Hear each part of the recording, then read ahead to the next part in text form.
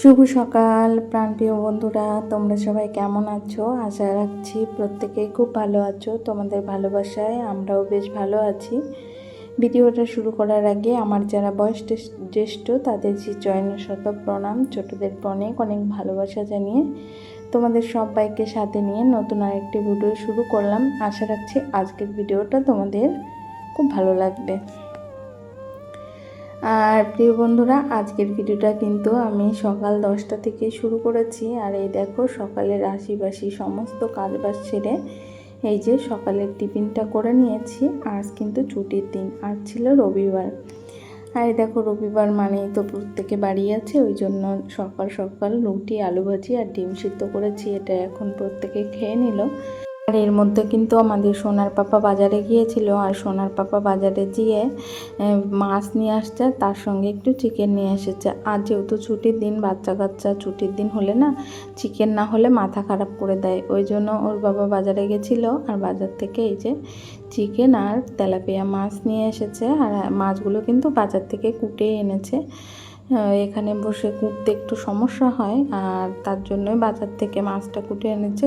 মানে চিকেনটাও কেটে এনেছে, কিন্তু এই যে চিকেনের মধ্যে দেখবে ছোট ছোট লোমও থেকে যায়, তার জন্য আমি পশমগুলো মানে মাংসগুলো সমস্তটাই সুন্দর করে একটা একটা করে পরিষ্কার করে নিলাম। আর এই দেখো গায়ে জল ছিটে আসবে বলে আমি আবার গামছাটা গায়ে জড়িয়ে নিয়েছি, যেহেতু আমার সকালেই স্নানটা হয়ে গেছে। আর তারপরে যে মাছের আষ্টে পড়েছে, ওই জন্য বেসিনটাকে আগে সুন্দর করে সার্ফ দিয়ে ভালো করে ধুয়ে নিলাম। এখন বেসিনও পরিষ্কার করা হয়ে গেছে, আর ওদেরকে তো খেতে দিয়ে আসলাম। তারপরে যে কিছু বাসন কোসন পড়েছে সেগুলো এখন আবার তোমাদের সঙ্গে গল্প করব আর মেজে নেব।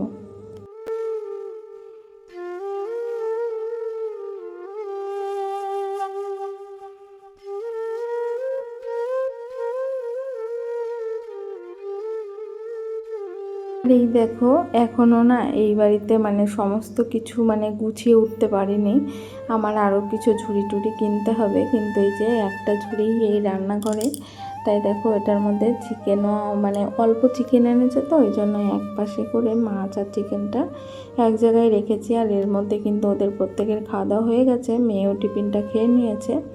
আর তোমরা তো প্রত্যেকেই জানো যে আমরা সকালবেলা চা করি না, এই মানে যেদিন ছুটি থাকে সেদিন একটু টিফিন করে নিই, আর যেদিন ছুটি থাকে না সেদিন ওই যে ভাতটা করে নিই, ওই ভাতটাই আমরা প্রত্যেকে সকালে খাই, দুপুরে খাই। আর আজ যেহেতু দুপুরে রান্না করব, ওই জন্য কিন্তু যে রুটি আলু ভাজি করেছি সেটা আমিও এখন খেয়ে নিচ্ছি। আর প্রচুর গরম পড়েছে জানো তো, গরমে পাখাটা চালিয়ে নিয়েই কিন্তু রুটিটা খেয়ে নিচ্ছি আমি।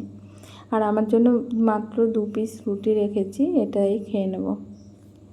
তারপরেই দেখো খাওয়া দাওয়া শেষ করে এই যে একটা চট ছিল, সেই চটটা দুটো খণ্ড করেছি। দুটো খণ্ড করে একটা রান্নাঘরে রাখলাম, আর একটা বাথরুমে, যেহেতু বাথরুম যেতে হচ্ছে আর বাথরুমে যাওয়ার সময় একটা পা পোষ না হলে কিন্তু ভালো লাগে না, ওই জন্য ওখানে ওই পা পোষটা দিয়ে দিলাম। আর বাজারে গেছিলো, বাজার থেকে এই যে থোর, হেলেঞ্চ শাক এগুলো কিন্তু কিনে এনেছে। আজ দেখো মাত্র 10 টাকা দামের একটা বস্তা দিয়ে কিন্তু আমি দুটো জায়গায় কাজ করলাম। যেমন রান্নাঘরে একটা মোছামুছির কাজের জন্য রেখেছি, দেখবে রান্নাবান্না করলে একটু জল পড়লে একটা নাইটি ছেঁড়া রেখেছি, তবুও আবার দেখলাম এটা কেটে ভাঁজ করে নিলাম, তাহলে দেখবে ওই যে যখন রান্নাবান্না করি পায়ের তলে দিয়ে রান্নাটা করতে কিন্তু বেশ ভালো লাগে। একটু জল পড়লে ঝপ করে টেনে নেয়, আর এমনি সানের উপর জল পড়লে কিন্তু সহজে টানতে চায় না। আর নাইটিগুলো দিলে কিন্তু সেগুলো স্লিপ কাটে, ওই জন্য সবথেকে ভালো রান্নাঘরে যদি একটা এই চটের বস্তা রাখা যায় না, তাহলে দেখবে রান্নাঘরে একটু জল পড়লেও সহজে টেনে নেয়। আর এই দেখো এই যে চটটা এখানেই আছে, যেখানে আমি রান্না করব সেখানেই রেখেছি। তাই 20 টাকা 10 টাকার একটা জিনিস দিয়ে কিন্তু আমার দুটো পাপোশের কাজ হয়ে গেছে। তারপরে এদিকে যে সবজিপাতিগুলো কেটে গুছিয়ে নিয়েছি, আর এদিকে মশলার জন্য যেগুলো করেছি সেগুলো আমার হয়ে গেছে। এখন মশলাটাও করে নিচ্ছি তোমাদের সঙ্গে বকবক করতে করতে।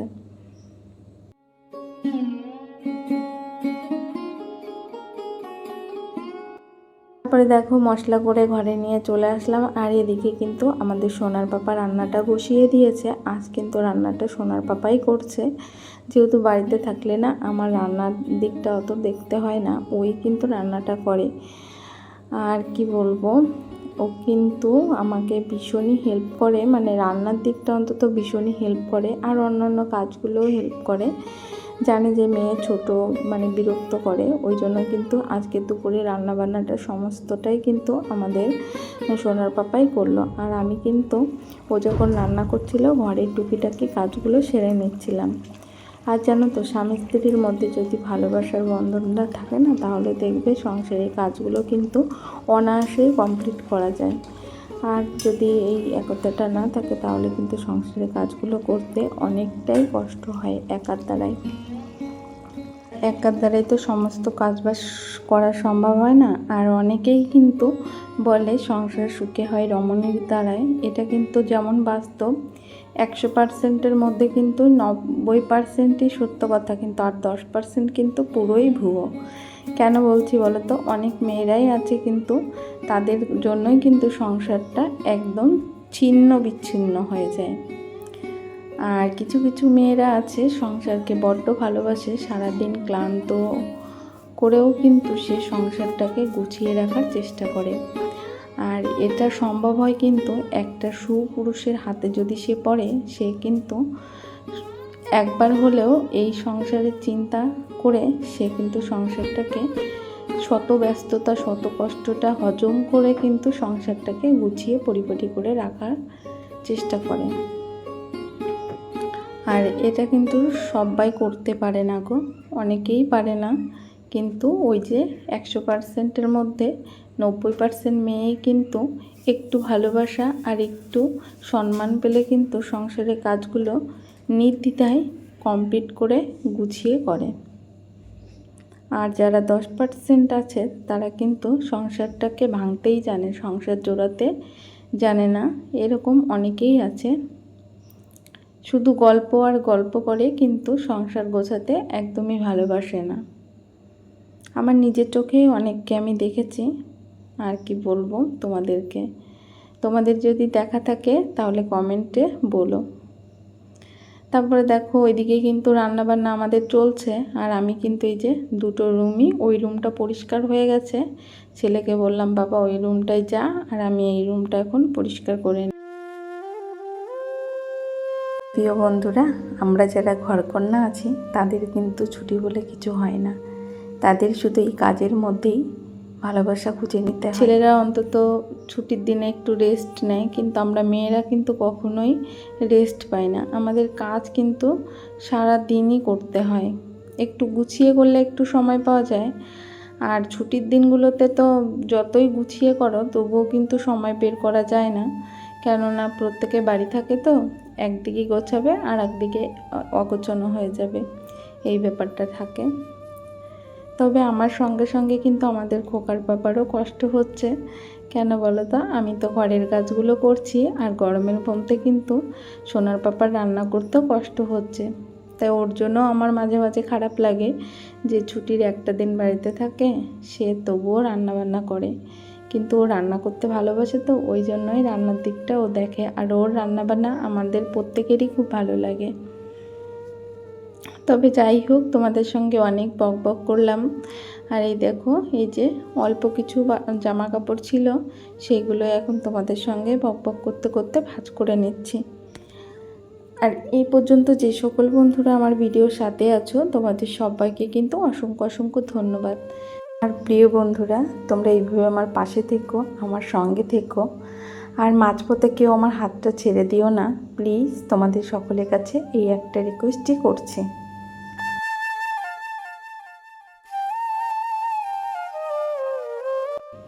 আর প্লিজ প্রত্যেকে লাইক করে না থাকলে অন্তত একটা লাইক করে দিয়ে যেও। আর অবশ্যই নতুন কোনো বন্ধু আসলে চ্যানেলটিকে সাবস্ক্রাইব করে দিও, আমার ছোট্ট পরিবারের পাশে থাকতে পারো।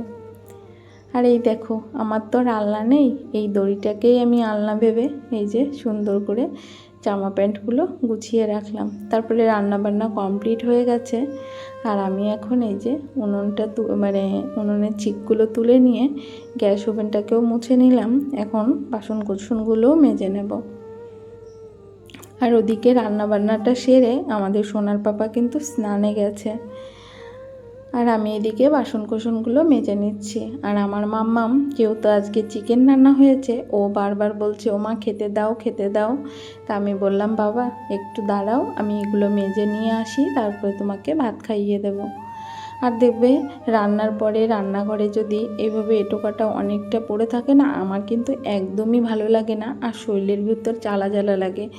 যতক্ষণ আমি গুছিয়ে কাজ না করি আমার একটু ভালো লাগে না। ওই জন্য আমি যতই ব্যস্ত থাকি আর যাই থাকি না কেন, আমি প্রথমত আগে রান্নাঘরটাকে সুন্দর করে, রান্না হওয়ার পরে সুন্দর করে গুছিয়ে পরিপাটি করে তবেই কিন্তু ঘরে যাই।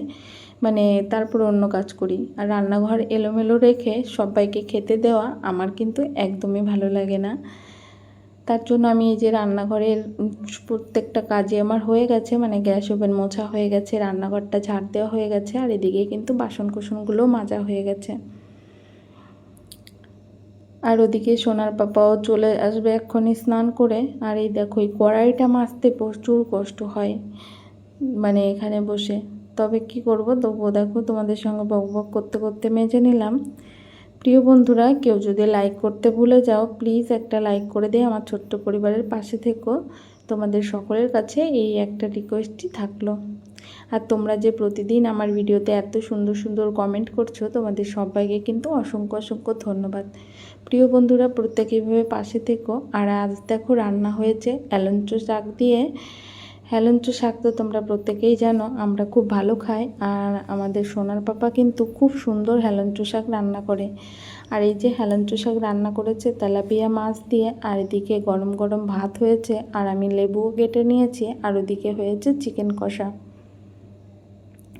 আজকের মেনুতে হয়েছে হলো হেলেঞ্চো শাকের একটা রেসিপি, আর হয়েছে চিকেন কষা, গরম গরম ভাত, তার সঙ্গে পাতে লেবু। আর এই মাছটা কিন্তু আমি সোমবারের দিন সকালবেলা রান্না করব, তার জন্য এই যে 4 পিস মাছ ভেজে রেখে দিয়েছি, এটা সোমবারের দিন সকালবেলা করব।